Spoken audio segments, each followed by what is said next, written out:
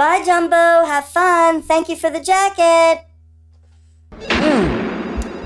Oh, this mezcal is so delicious.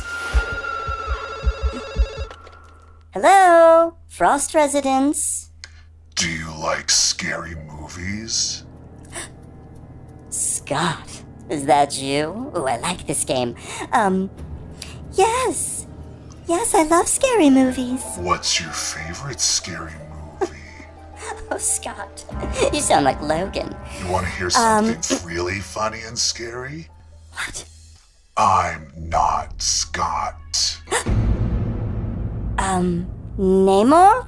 Logan? Charles? Tell me your name. This is Emma Grace Frost. Who am I speaking to? Good, now that I know your name, I know who I'm looking at. Which side? Is it my left? Please tell me it's my left. I don't know. I think it's your right My side. left is much better at this time. Well, the window I'm at, it's very hard to get around. You're in a huge glass building on Krakoa. It's hard to get to the other side. Who is this? It's your worst nightmare. I want to see what your insides look like. No! This isn't funny. I'm going to kill you. It's me, Ghostface. Don't you want to go kill Jean instead? What are you doing to my brain? Or Jubilee? Or British Jubilee? Yes, dear. Go kill British Jubilee instead. Captain Britain Jubilee, please. Jubilee must die. What's her? Do you have her number? Yes. Are you ready? Yeah. Do you have a pen? I have my cell phone. 555. 1234. Okay. Hello, Jubilee? Do you like scary movies? Thanks. Bye. Bye. You do look better from the left.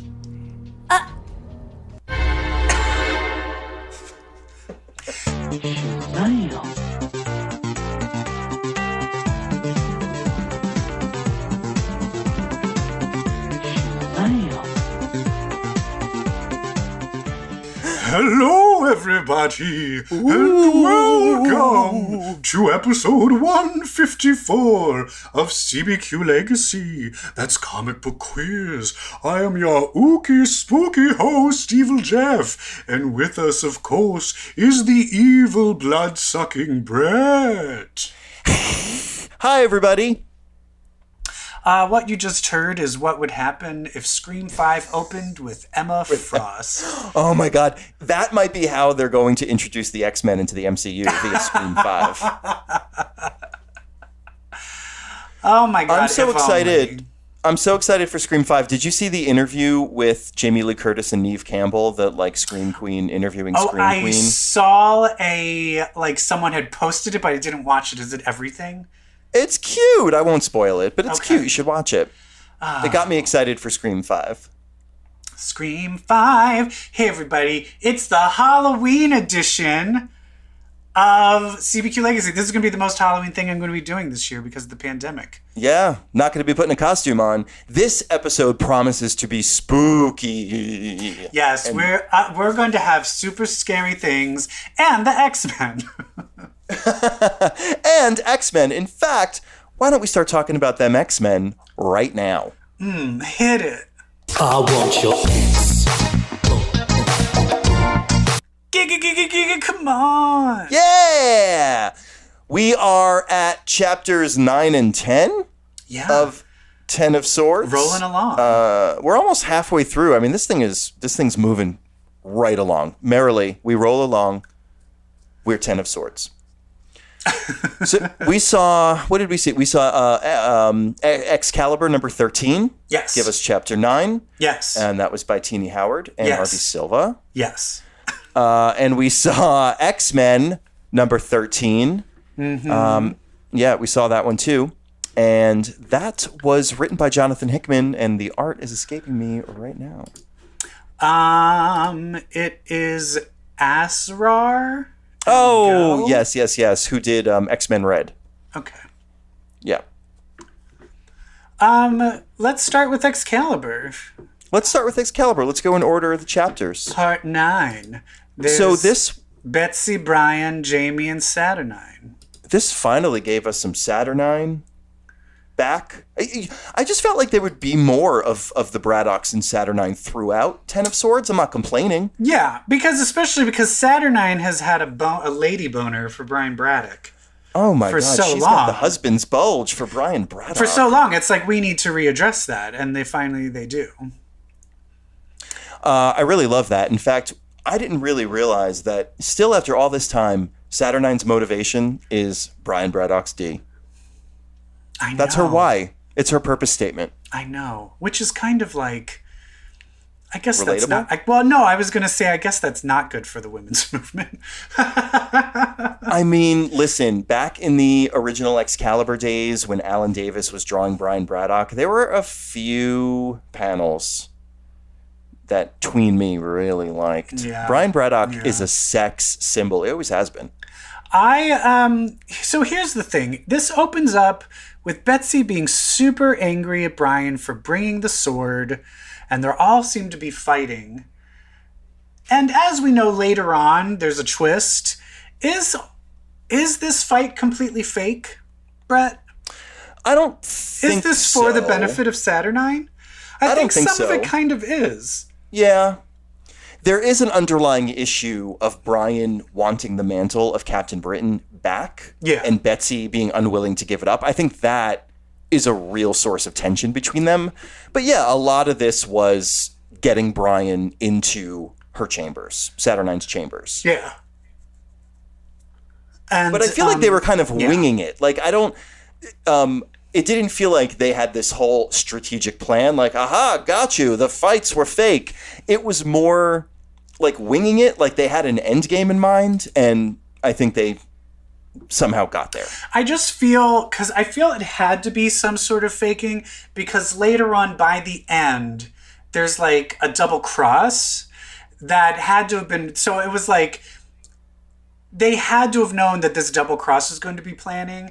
And the reason that Saturnine, I think, felt so confident was she was just sitting there watching them fight each other the whole time. So I just feel that there had to be something there. She was kind of using the perceived tension between Betsy and Brian to get on Brian's side. Yes. And you get some more, find some interesting things about the Sword of Might. Mm-hmm. The Sword of Might is very old. It might be. Do you think it's the oldest sword? Sword as old as time. Forged in the fires of not? creation. Ooh. And because there's the Sword of Might and the amulet of, what's the amulet of? Of Right. Right. Amulet of Right, Sword of Might, which is interesting because when this was created, English wasn't a language. So it's just such a nice coincidence that it rhymes now. I love that. That worked out so well. And then there's Jamie. Jamie and his little griffins and his insanity. And I'm his just like, sinister cape and his oh, that's right. He is cape. wearing the sinister cape. We need I want a whole Avalon comic with just him and Captain Brit. Spoilers, Captain Avalon. Yeah, so he benights Brian to be Captain Avalon as part of this whole ruse against Saturnine. It's great. Yeah. Brother empowering brother. I'm just so jazzed for Jamie. Plus his mustache is kind of sexy. Super sexy. I like his swagger. He's got it going on. Jamie Braddock. Betsy right now is going through it. I think we need to address Betsy still is not handling A, being in her own body, and B, being Captain Britain. I feel like she has a lot she's trying really hard. Like she has it's too much to prove. She has a really big chip on her shoulder, it feels like. Don't you think? Yeah, so EvilJeff, what's a color you don't wear? Like in your wardrobe? Like if you were wearing this color and a lot of it, you would feel not like yourself. You'd feel stupid. Do you have a color like that? I'm really trying to think of a color. I think the color I probably wear the least is orange.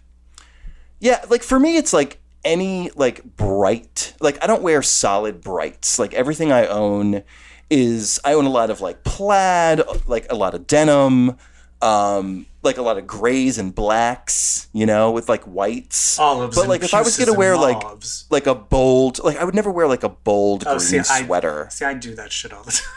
Yeah, no, and that's you, but that's you. Yeah. Like that's what you feel comfortable in.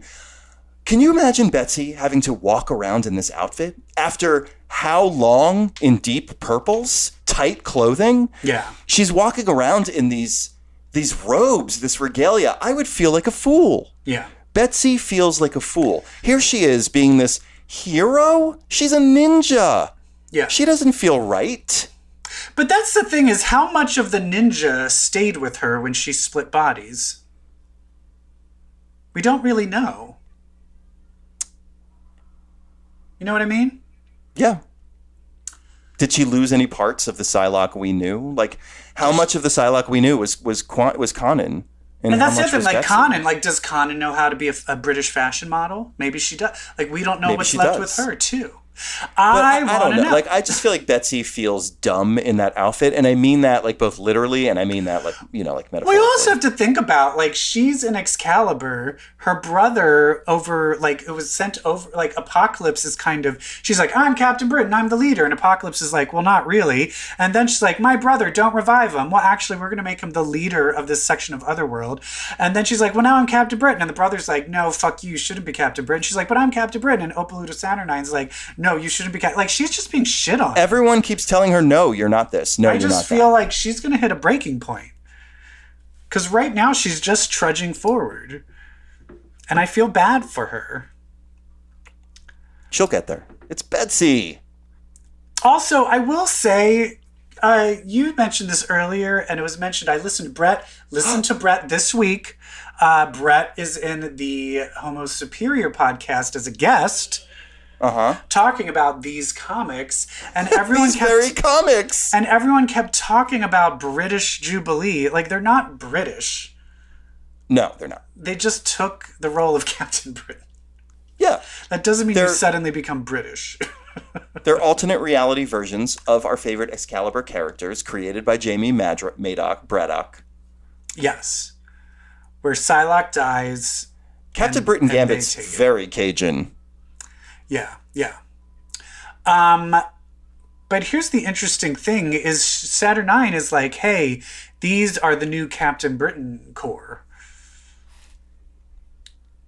And she's like, but she's like, but I might just kill them. She's like, they're abominations. They're not real. Yeah. None of these people had to choose between the sword and the amulet, so none of you count, is where Saturnine is coming from. Also, Betsy, you already failed once. You were blinded by Slaymaster last time you tried to do this. So what are we doing? Yeah. That's my Saturnine impression. She's like, I'm sick of it. And, by the way, your brother looks really good. We're gonna fuck. She's like, your brother is strapping. He should be... Captain Britain needs to be strapping, as far as I'm concerned. I'm a gestrix. Make it so. And, but then she decides that Betsy Braddock is a rogue Captain Britain as well. And they're all thrown in a dungeon. And then, when they're in the dungeon, Saturnine's in flagrante delicto with Brian. Yeah, Gloriana is not going to be happy about that. Gloriana, according to her handbook entry, it's Gloriana. Gloriana's not going to be happy about this. So then all of a sudden, like, Saturnine, like, reaches down somewhere and pulls out the Starlight Sword. I'm like, where'd you pull that out of, Saturnine? It's made of her clitoris. It's made of her sexual energy. She's like, Brian, this is a sword of my sexual energy. Impale yourself. Like, it smells fishy. No, that's too far. Okay. Okay, stop it. As someone who's never been close to a vagina before, I can't attest to that. Have you done stuff with a vagina? No. The most I did is I played doctor with girls when I was like 5. Gold star. Yeah, me too. I don't have time for that. I don't have time for that, and Betsy doesn't have time for it. She's like, give me that Starlight Sword. Yeah, I love the part where she's locked up and she's like, oh, we can just go out this window. Oh, I and love Rogue's it. like, no, it's just like blackness and you'll get lost. And then Jamie is like, Jamie Braddock, Jump out like, the window. he's like, just jump out the window. I got you. Can you imagine trying to rely on your insane brother? Like to jump out. That's talk about a leap of faith, a trust fall. Yeah, talk about a trust fall. Oh, God, Betsy Braddock with the ultimate trust fall. But hey, it pays off. Jamie catches her on his griffin.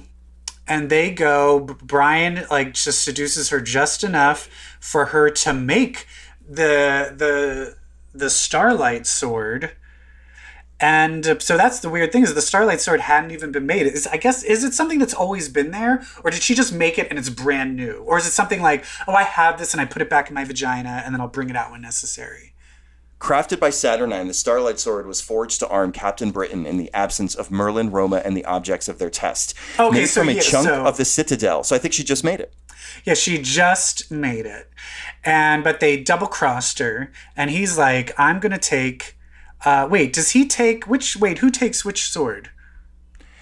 Betsy takes Starlight. Okay, and then he keeps the sword Captain of might. keeps the Sword of Might. And turns and into now he's Captain Avalon. Captain Avalon. But then Saturnine's like, well, give me that amulet back, you bitch. She's like a stepsister from Cinderella. That's my amulet. That's my sash. No, Betsy destroyed the amulet. And she destroys it before Saturnine can get it. And she's like, fuck you, bitch. And basically, Excalibur is the story of Betsy Braddock being like, fuck you, bitch. Yeah. Fuck this shit. And that's where it leads to her being put away and doing her leap of... that happens afterwards. Never mind. So she's kind of like, I got the sword. She's like She-Ra, basically. Yeah. She's like, I got the sword and you didn't. The thing that's interesting, though, is if Saturnine doesn't... at the same time, because in the prophecy, the two of them were listed, and both of those swords were listed, what else did Saturnine think was going to happen? Was she really tricked?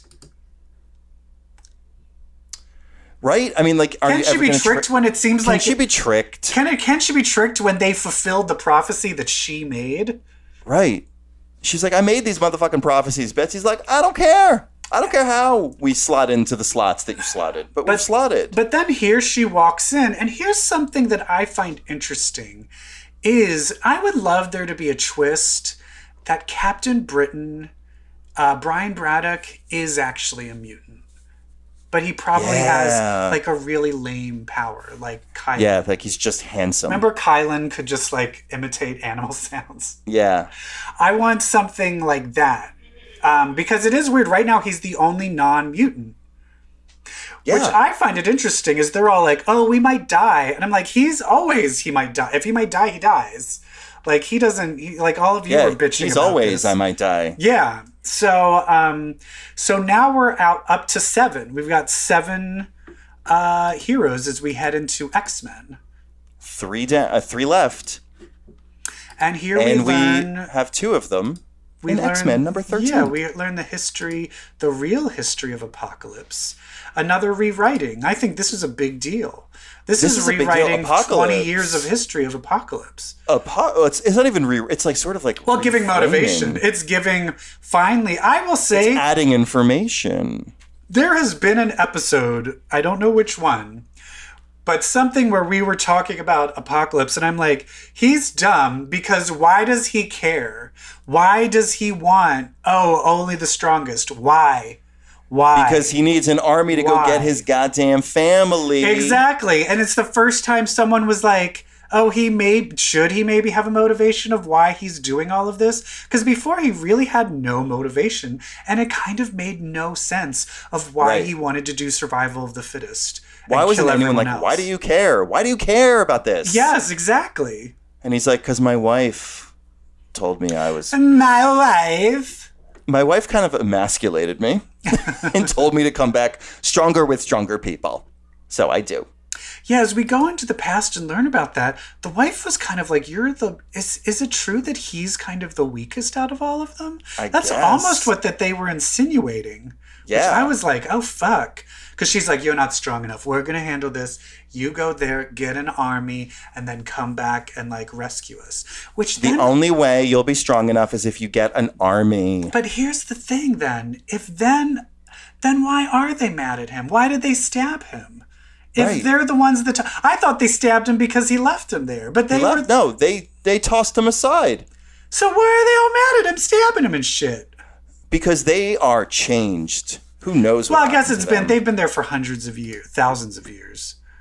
So what this, I'll cut right to it. What this issue added, which I was like, oh, because you know how I've been, like, these Araco mutants, why are they on the side of Amenth? Why are they on the side of the monsters who laid siege to their land and sucked them into a portal? Like, why are they fighting for those people? I didn't understand either, because it seemed like, because in that one issue there was like, they're fighting against it, but now they're on the but now they're on its side, on its behalf. But here we have the god Annihilation, the god of Amenth, this mask, saying something about an offer. And I think it's this offer that's going to be the answer to our "why are they on the same side?" question. What do you think? Do you have any ideas what it is? And I Brett? think no, but I think this offer is what changed them and made them horrible kids and a horrible wife. Yeah. That just stab their father husband. Yeah. So we'll see. I'm very intrigued. Yes. And the Annihilation is actually the mask and not the person inside of it. The mask like channels an entity into you. Which is just begging that mask is going to be put on by someone else. Oh, definitely. And that someone else is definitely Mystique, right? But this the thing is, the person then dies who wears the mask. It's no longer that person. It's an Illyria. It's an Illyria from Angel situation. Yes. I don't know. I think Mystique is too selfish to give up herself. Well, we'll see. Then it's probably going to be Blob. Or Moira McTaggart. Don't do that to me. Although technically if she dies, everything would start over. We think this could be her last one. Or it will... Jesus Christ. Jesus Christ. Do that math. What happens if Moira dies in Otherworld? I think... Do that math. Do that math. But that's the thing. If I were her, I would resurrect Irene. I'd be like, put her in that little dark hole with me, tie her up, don't let her go. I'm going to burn her a bunch of times because she did that to me, that bitch. And I'm going to be like, hey, is this my last life? What's going on? Hey, is this my last life? Burn her. So this issue, we go into the history of Apocalypse, what happened back when Araco was swallowed by Amenth, the world of Amenth. We just learn about like the offers that were made, and we see the moment where Iska the Unbeaten turns to the side of Amenth, the side of the enemy, so she would be on the winning side. Yeah. So I think that was it. And we learn that Iska is the sister of Genesis, Apocalypse's wife. I wonder if Genesis, Apocalypse's son, or clone, feels emasculated that technically his wife has his name. Anyway. That's a weird coincidence. Yeah. That's a weird coincidence. Is that deliberate? Who named him Genesis? Genesis, he was named in Wolverine and the X-Men. And that was before Apocalypse was even back, really. The fuck? Why is... All right. I think she's named Genesis because it's like Alpha Omega. Like, he's Apocalypse, he's the end of everything, and she's the beginning of everything. But it's a coincidence. Mm-hmm. All right. So anyway, I think basically, the story goes, 100 of the Araco mutants, their strongest 100, took it to the demons of Amenth and kind of like beat them. And then the demons of Amenth came to Apocalypse and Genesis and the kids, the Four Horsemen, and was like, we want to make a deal. And here to speak to the deal on our behalf is our mask god, Annihilation. Annihilation is like, hello, I'm a mask. Put me on. Okay, now I'm a god. And we have an offer. And Apocalypse is like, I want to stand here and fight with you. And Genesis is like, no. You must go out into the world. You are too weak to fight with us. You must go into the world and find the strongest army you can to come back. And I guess rescue us. In the meantime, we're going to listen to this deal. And he's like, Offer? what's the offer? He's like, I will tell you the offer. I will give you my name and passwords for Disney Plus, Netflix, and HBO Max. And they're like, deal! Oh. And then Gorgon is also... So Annihilation chosen. is like, I have an offer. Annihilation's like, I have an offer for you. Wait, what did you just say? I was like, and Gorgon's one too. Like, that's just like thrown in the side. Annihilation's like, I have an offer, and then Death is like, so make the fucking offer. And Annihilation's like, no, I want you to earn the offer. And Apocalypse is like, oh, I'm about to earn your offer. And Genesis is like, no, don't. Girl, stop. Girl, stop. Just go. Go. So they heal Apocalypse. He's great. He's good. He's great. He goes to the Great Pyramids with Gorgon for some reason, because we got to get Gorgon in here. Because he has those swords. And he goes and gets the sword, which is 4 swords in one. He had buried the sword because he couldn't bury his own kids, his 4 kids. And then, no big deal, just destroys one of the Great Pyramids on his way out. He's like, fucking tourists. Fuck that. Also, the sword is very heavy. Very heavy, but he's a big boy. He's a big blue dad. Like, the sword is like, weighs as much as like a car. Yeah, it's a car sword. Also, Gorgon, I'm reading Gorgon's line. He goes, looks like a sharp blade. I really thought he was going to go, Dad. Why? I don't know. It just seemed like that kind of story. No, Gorgon is what they call in Star Trek a red coat. A red shirt. Yeah. Just like Captain Avalon. No. Gorgon is there. Gorgon has been chosen because they need some characters to die in battle that no one gives a shit about. Totally. I'm just sad that they think that's Doug, too. No, it's not going to be Doug. Doug's going to win. Oh, yeah, because that'll be like the David and Goliath type of thing. Like the surprise. But maybe that's the one thing with Storm, because who's up against Iska the Unbeatable? Oh, Betsy. The other thing that could happen is if she realizes she's going to... Like, what would happen if she realizes she's going to lose against Betsy? What would she have to do? Because know how she just switched sides in order to stay alive? Yeah. There's something that might happen with that. Or Betsy might die, as we said last episode. Betsy's going to die and... Yeah, notice how they... The core. Notice how they brought up the Captain Britain core out of nowhere? Right now, your prediction of Betsy becoming the new Captain Britain core across the multiverse might become true. Would love that. That being said,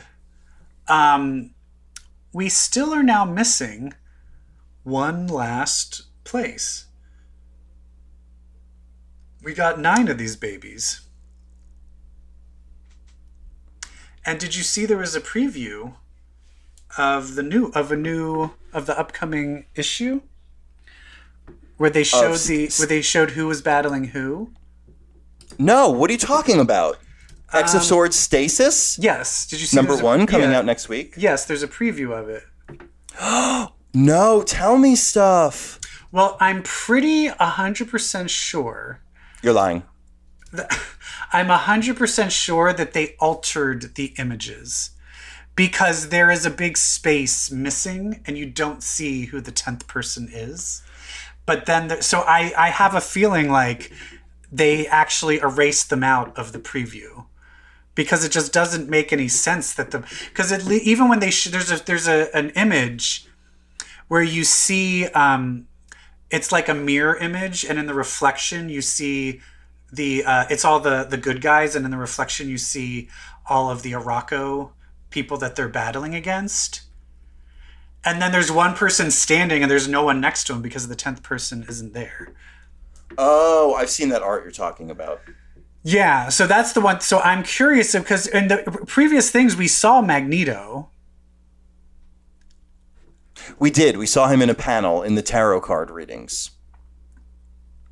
Yeah, so I feel like it's Magneto and the Cerebro sword. Doesn't that seem like that's what it's going to be? Mikhail Rasputin has the Cerebro sword. And Maybe it wasn't they listed. Go get it. And it wasn't listed. Yeah. What is going on? What is going on? Yeah, so there's 3 in the sigil. There's 3 spots left. And we know that Apocalypse and Gorgon fill 2 out of those 3. We don't know who for sure fills the 3rd.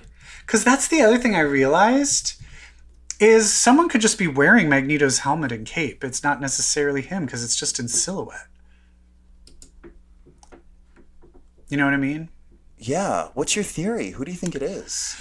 I mean, I don't know, but that's the thing is what's the next, what, is there anything that comes before Stasis, or is Stasis the next one? Stasis is next.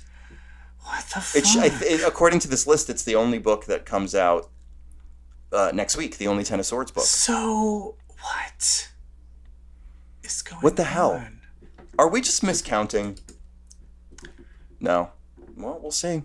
Wait, well, it's Storm, Wolverine, Cypher, Magic, Betsy, Brian, Gorgon, Apocalypse.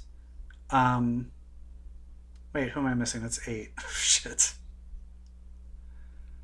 Yeah, I didn't think this exercise would go well. Oh shit! God, I don't remember anything. I'm old. Yeah, I didn't even try. There's no way I can do this. But it does show who's going up against who too, so that's interesting. Okay. Well, I'm very excited. I feel like we should move on because there's other things happening in comic books, not just Ten of Swords, you know. Oh, who cares? No, I'm just kidding. Yes, it's now a spooky edition of Gotta Get a Comic. Hit it. But you've got to get a comic if you want to get ahead. Ooh. All right, so you and I read some pretty fucking scary comics this week. Yes. We have, of course, our fave, Something is Killing the Children. Something is killing the children.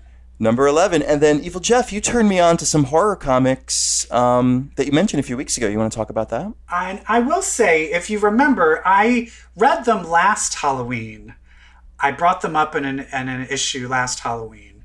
But this time I was like, I want to get Brett to read some of these. And it's a guy named Junji Ito.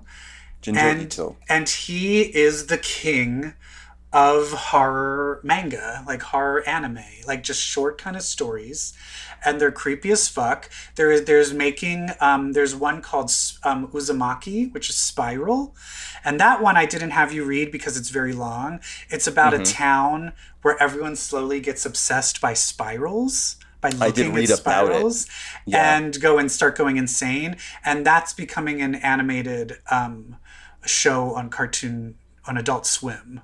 Oh, cool. Oh, wow. That's been delayed because of the pandemic, but should be coming out, like, I think in December or something. But he is the king of his shit is just creepy. Creepy. And they're drawn beautifully, and they're fucking creepy. What did you think of these, Brett? I thought they were amazing. I thought the stories were so bizarre and creative and scary. Yeah. And each one was just fascinating. We read 3 total for this show. Yes. We read The Hanging Balloons, Army of One, and Layers of Fear.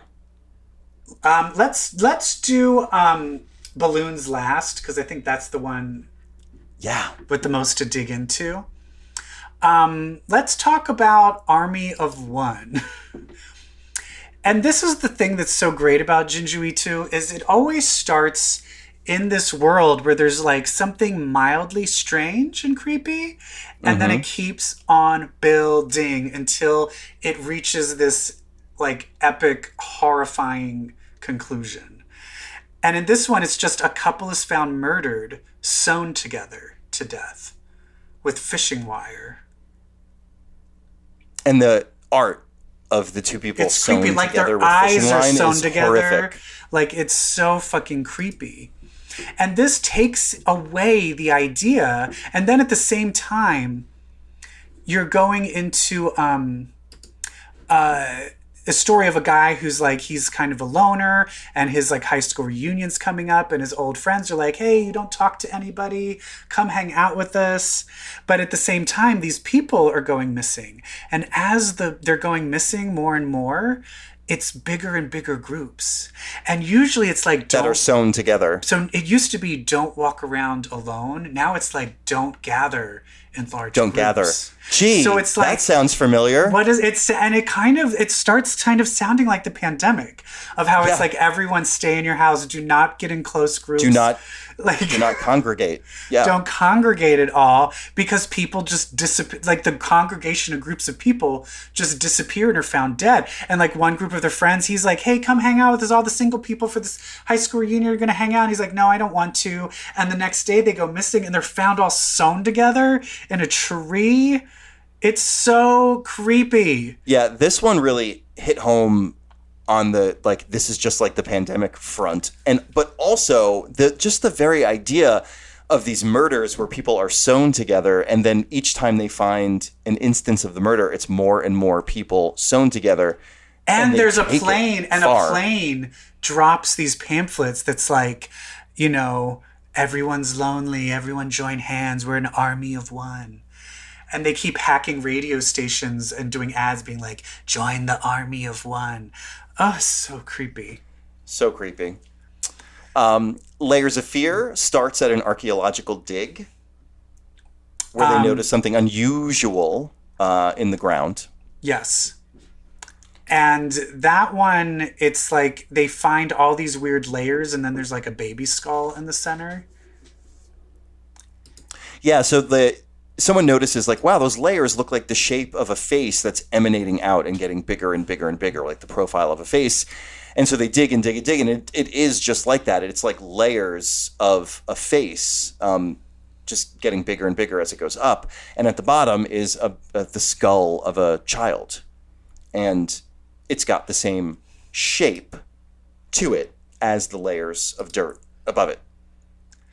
And then it just cuts to like 13 years later, and it's the family of the man who discovered it, and he's dead.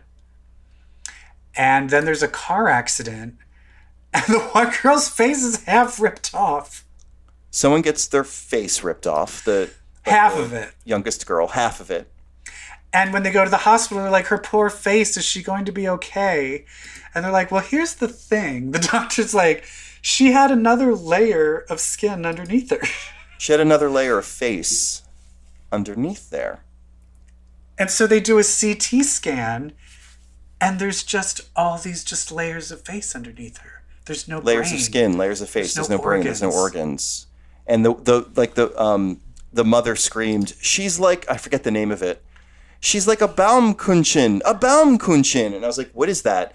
And it's a German cake made of flaky layers. So I was like, yeah, that's exactly what her face looks like. So they establish that the mother also really harkens back a lot to when this girl who was in the accident was 2 years old. And she feels that's saying, when Mommy, the carry me, Mommy, curse carry began. me. Yeah. So the good news is, if you just keep ripping those layers away, layer of face after layer of face after layer of face, eventually you'll get to the 2-year-old version of the girl. So she just So that's what Mommy does. The mom just starts, the sister walks in and catches her just ripping the face off, trying to get to the two, and the girl's like, Mommy, hold me, come get me. It's so fucking horrifying. It's so fucked. It's so fucking horrifying. And then Yeah, we won't go Please read it. Yeah, read Junji it. We won't Ito. give away the ending because the ending is like so gross. It's and insane. Scary. Yeah. Both of these, though, are steeped in like actual psychological, like missing the young version of your kids after your kids grow up. Yeah. Oh, you weren't like this when you were a baby, like that kind of fucked upness. Yeah. And then, of course, the whole pandemic analogy of the first one. And then there's the hanging balloons. And this is the weirdest concept. It's the weirdest It's thing the I've ever read. scariest thing for me. It's so fucking It's so scary. It's such a dream. It is such a dream. And in fact, I read on Wikipedia that he did say hanging balloons is based on a dream he had when he was a kid. Only a dream could come up with this. Describe it, Brett. It's so weird. So there is a very popular girl in this town. She's a bit of a celebrity, and she's found hanged from electrical wire. She's hanged with like a metal rope, and everybody thinks it's suicide. Then there's a few more suicides, and people. She had a fan But there's base. also like reports that people are saying they're seeing her head floating around somewhere. In addition to that, yes, there are reports that her giant head is floating around the sky. Eventually, our main character, who was this victim's friend, also sees it. And then she sees her boyfriend go up to the giant head The and girl that confront committed it. suicide. Yeah. The head of the girl who committed suicide, and confronted our main character, the girlfriend, sees this. And then a giant head of his comes along, scoops up his neck with a metal rope, and this giant head of him is now floating through the sky with his hanged body dangling from it. Eventually, this will happen to everybody in this town. Yeah, eventually every person in the town has a floating balloon head with a wire noose coming to get you. And the poor girl is with her friends, and they're like, "What's that? Wait, is that our heads?" And two of the girls immediately are hanged. Her one friend is like, they escape, and they're like, "Help us, they're trying to get us." And this guy's like, "I got it." And he shoots an arrow and pops the balloon of the girl's friend's head. But then the real life girl's head pops and explodes too. It deflates like a balloon, like the real girl. Yeah, it's horrific. And it's, I think, the scariest thing, because we open like in a flash forward scene where the devastation has already happened and our main character cannot leave her bedroom, but something with her voice is coaxing her to come out. She's been in there a week and she's starving. Yeah. So her own voice from out the window is like, "I have food." So this is terrifying, just like Army of One, this notion of you cannot go outside, you are trapped. The second you leave your place, you are going to be killed. And the other horrifying thing is you get to see one by one as her family all leave and get killed by it. Yeah. This notion of like you're starving and there's nothing you can do. Like this whole notion of this waiting game, this endurance contest. It's terrifying. Oh, and like the dad is like, "I'll be okay, I can dodge it," and they just I'll watch guard my neck. and they just watch him get murdered immediately. Like it's just horrifying. Yeah. Oh, it's just so fucking scary. So scary. But so imaginative. I mean, he's like a Wes Craven. Fantastic. Yeah. Look up Junji Ito and read his stuff. There's hundreds November. of them. There's hundreds of them. And I'm telling you, I was reading some of these at like 3 o'clock in the morning last night. Probably not a good idea. No, don't do that. But it's, they're super, super scary. Scary. Real scurry. So is Something is Killing the Children by James Tinian IV. Something is killing the children. And it's good storytelling. Everyone saw something kill the children. Yeah, so now we're getting to the point we all love in horror when it's anything like, didn't you see that? Can't you see that? Now we're at the point where people are seeing it.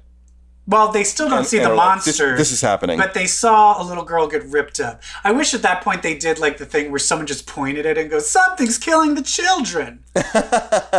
Credits. But at least like short story. My husband and I were looking for horror movies to watch, and we thought about putting on the new Invisible Man with, I want to call her Elizabeth Shue from The Handmaid's Tale. Elizabeth Moss. Elizabeth Moss and great. Oliver Cohen Jackson. Yes, but what we were like, no, we don't want to, because my husband and I both share an annoyance with the trope in horror of, you're just crazy. You just need to lie down. Maybe you're just tired. Yeah. Like, it's so annoying. Like, I'm like, can we just fast forward to the part where other people know that she's not crazy? Like, please. That's going to happen in another thing we're about to talk about later, and something to... Yes. And we're past this point in Something is Killing the Children. Like, the town now knows that children are being murdered by something fucked up and supernatural. Yes. And I'm like, thank God. Yes.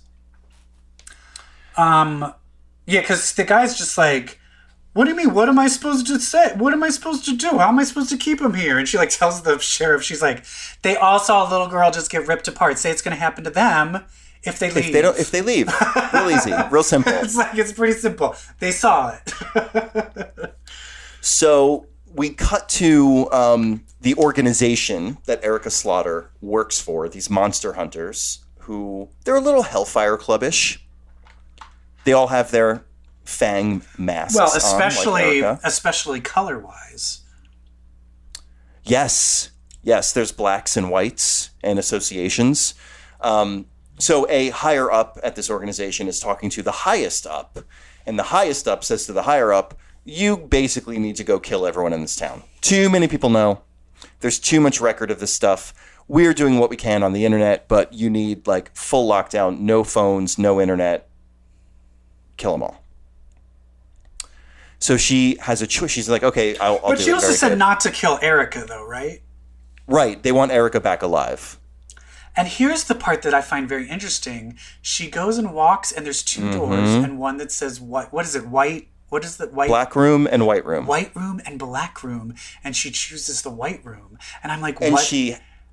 What is the difference between these two groups of people? Right. More importantly, she doesn't choose the black room. Exactly. Yeah. What is that about?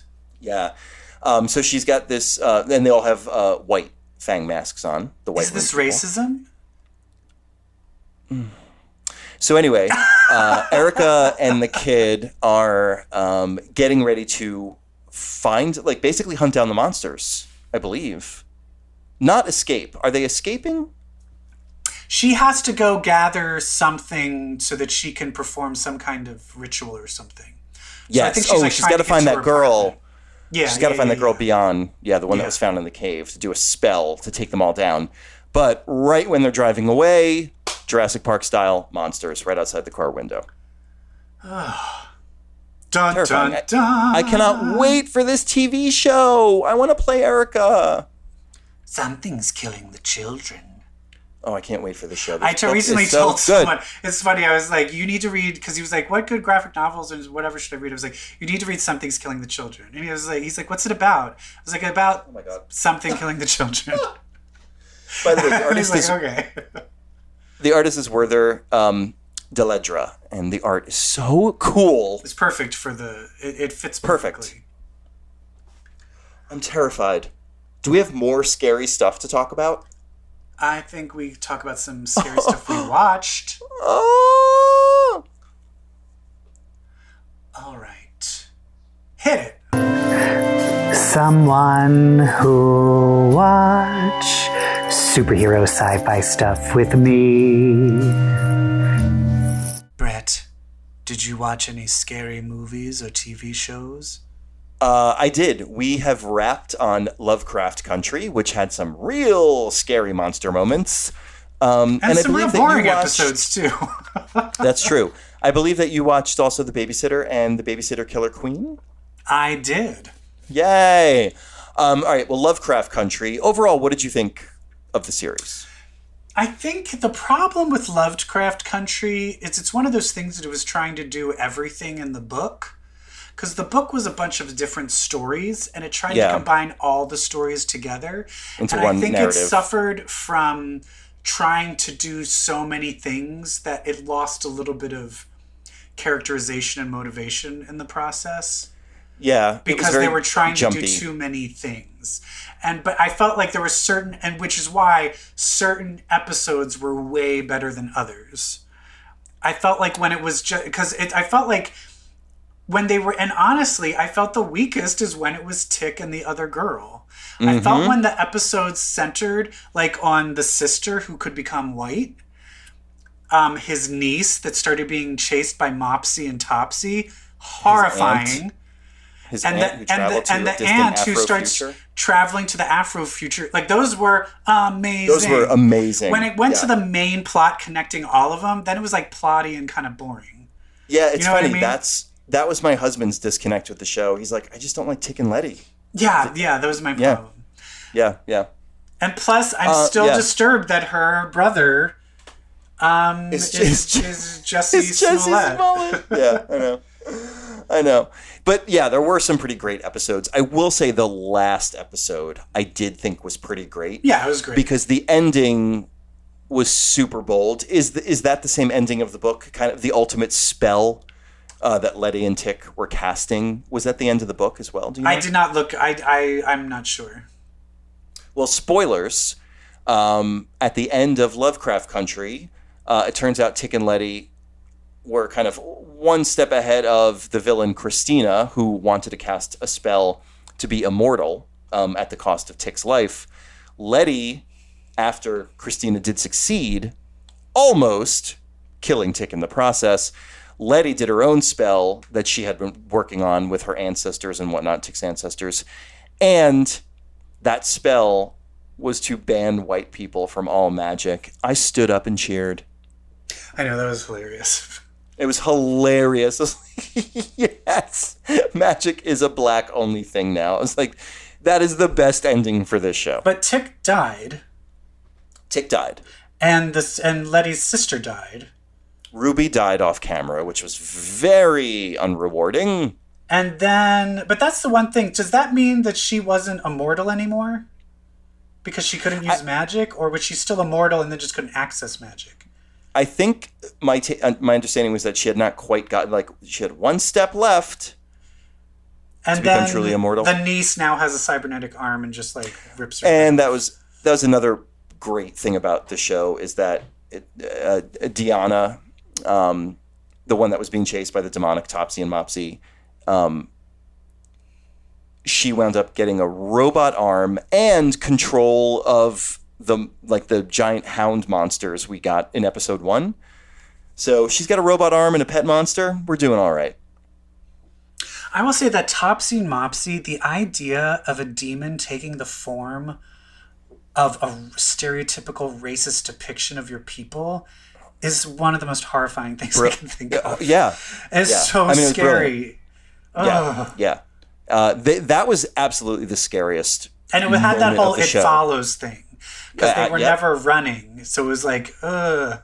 And while the eclecticism of the show, the bouncy nature of it, the like trying to check a lot of boxes nature of it, it like the narrative was loose, but I will say it did give us a range of really cool moments like that, or like futuristic sci-fi. What did you think of Blink from The Gifted?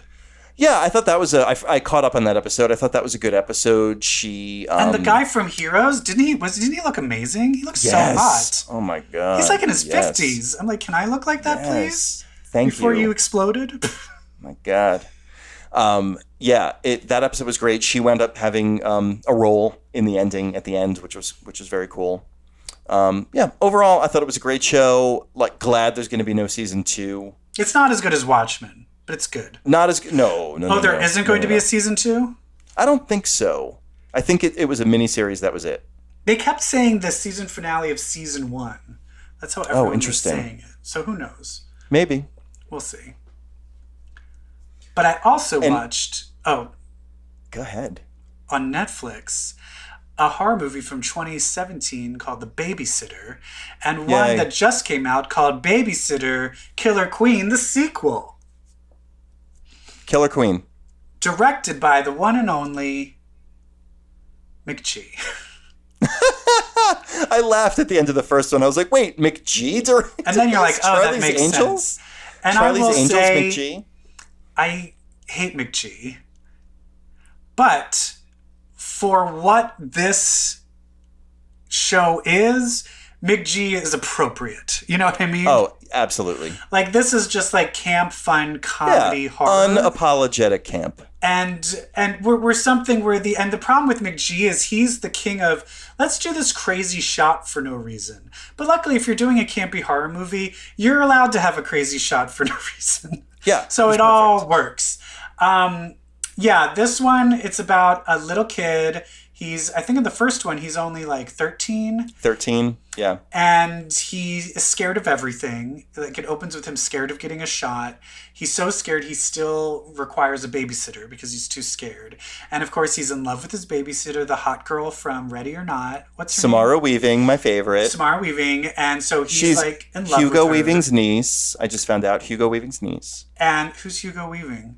The bad guy from The Matrix, and he was Red Skull. Right. Oh, I'm sorry. Oh God, the Australian drag queen movie. Priscilla, Queen of the Desert. Yes, Priscilla. Yes, He's from Priscilla. Yes. Okay. He and he has this babysitter, and then of course it turns out, the babysitter's actually the leader of a demonic cult, and all of her friends are sacrificing a nerd, and they need his blood, the blood of the innocent. And he has to get away. And one by one, even though he has he's afraid of everything, he has to overcome his fears. And one by one, he kind of, by luck mostly, kills everybody one by one. Yeah. It's just super fun. It's actually short. It's only like 80 minutes long. Yeah. It's like super succinct and short. It also takes a while before it gets to the twist that she's part of the demonic cult. Evil. Mm-hmm. And they really set up how much he's in love with her and how caring she is for him. And the weird thing is she doesn't really want to kill him. She just wants the spell, the ability to do magic. Yeah. And in the end, he gets the courage to like go to his neighbor. He runs to his neighbor for help, kisses her. So he's like getting his mojo back, kisses her, gets in a car, runs over the babysitter, wins the day, and has the girl. Yay! Fun, cute movie. Cut to the sequel. It turns out no one believes him. And they all think he's crazy because her body's never found and she hid all of the other bodies, so they couldn't find anybody. And the girl that he kissed, she's now dating some big hunk. Some high school hunk. Some football player hunk. And so it's getting to the point where they've decided, the parents, who is, Leslie Bibbit, and the hot guy from the state, what's his name? Yeah, Ken Marino. They've decided they want to commit him in a mental institution high school. I wasn't sure what that was. That sounded, they were like, he has to go to mental institution high school. I'm like, that's not a thing. No. I was like, but I'm going to go with it. But here's the thing is then, of course, the first movie, there's a huge twist. The babysitter he loves is actually evil. So were you seeing this twist coming when you watched this? Actually, no. Oh, I saw it a mile away. Oh, I was so surprised. Because she was so good in the first one, the neighbor. I know, right? Yeah, but here's the deal. The fact that she wasn't with him and she was with the jock, and then suddenly she's like, no, come with us. We're all going on my dad's boat. I was like, oh, this is setting up the same situation. So that means they're all evil. Yep. And she takes a hook, kills the one friend, like that's your sacrifice, and now we need your innocence. I will say the second one, I could see all of the twists coming, but I liked what the twists were, so I had a lot of fun with it. Because there's also like another girl that's like the badass girl, like the Eliza Dushku from Bring It On type girl. Yeah, yes. And who's like, and so she it gets involved and kind of sees the bodies, so they're both being chased after, and kind of they hate each other, but they have to, like, since they're running for their lives, they have to team up, to work together, and then they slowly of course they start fall in love while they're, although, you know, as Sandra Bullock said in Speed, you know, relationships started in strenuous circumstances never last, but all the kids, like, everyone is getting murdered one by one. And until it's just the girl that he loved from the first movie is basically the main big bad coming to kill him, which is so crazy. It was so great. What did you think? I loved it. So they brought back the cast of the first one in novel ways, which was great to see them, because that's a real dumb cast of characters, especially shirtless Robbie Amell. Yeah, he's always shirtless. They even cut to a flashback Icon. where he's working in a fast food restaurant, but he also doesn't have a shirt on. No shirt on. Yeah. Iconic.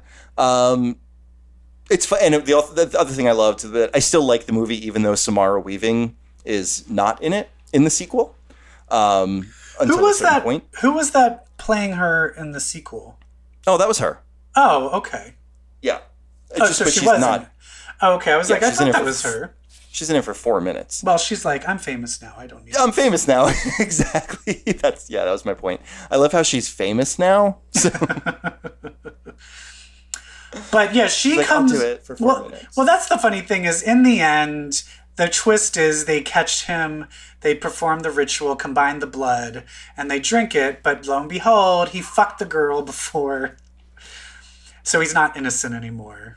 Yep. And so they all die, including... So watching his love interest from the first movie die a horrible death was just so strange. I have recently watched a number of movies where, the virgin had sex before you could do the thing, has played. There's the Jim Carrey vampire movie, Once Bitten. I need to watch that again. I haven't seen that. Oh, yes, you do. I haven't seen that probably since the 80s. Oh, my God. You have to watch it. Your jaw's on the floor at the humor. And I just last night watched Jennifer's Body, which I had not seen since it came out, which is also like they thought Amanda she was a virgin. Seyfried and what's her name? Fox. Megan Fox. Yeah. If you have not seen that in a while, you have to watch that again. But a lot of thought they were a virgin and they're not, and now the plans are screwed up. Yeah. Stop relying on virgins. Stop relying on virgins. Can't you change the spell so it's ass virgins? Problems. Right. That's a line from Jennifer's Body. I'm not even an ass virgin anymore. There's a great comic by one of my favorite artists from Chicago, Ivan Brunetti, and it's the Virgin Mary hovering over a bunch of children, and the one children goes, "Wait, so you're like a real virgin or just like an ass virgin?" Oh my God. Oh my God, sacrilegious. That is spooky. But the one thing I did not like is they tried to redeem the main babysitter from the first one in the end, and I'm like, yeah, she still killed a ton of people. Yeah, she's not good. She's not good. She's remorseful, but don't trust her. Yeah, but but overall, fun. Real fun, and I just love that tone of movie, that campy, satanic slasher. And honestly, funny. I feel this could have a third one with the couple. Oh, for sure. Yeah, for sure. I mean, because at this point you can't do the same twist again, so it's let it be both of them, the new couple, and they get. I think it would be interesting, maybe their parents or something, or I don't know, but yeah, I want that satanic cult to come back. I recently was flipping through streaming platforms to find more movies like this, and I stumbled upon something I might watch tonight. Have you seen it? It's called Better Watch Out. It's home invasion movie that takes place during Christmas, but it's again, young kid and babysitter he's in love with, and he has to. When was it made? I think within the past few years. Oh, okay. Yeah, I still need to see the Krampus really one with Toni Collette and Adam Scott. Yeah, I haven't seen that either.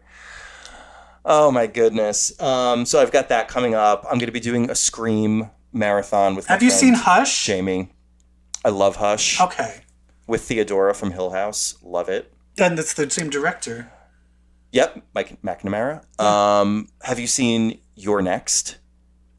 I made the mistake of being like, oh, what's this about? And then I Wikipedia'd the whole plot, and so now I'm like, oh, I just read the twist, and now I don't want to see it. Oh, it's so satisfying. It's my favorite home invasion Yeah. movie. But yeah, I want to watch Better Watch Out because it looks like that same kind Well, of now the campy- scariest home invasion movie is, what is it, The Strangers?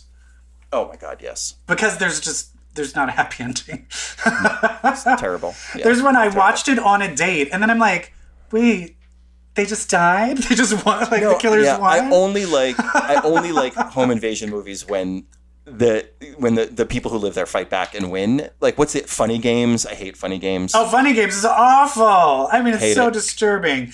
But like Last House on the Left is good. Yeah.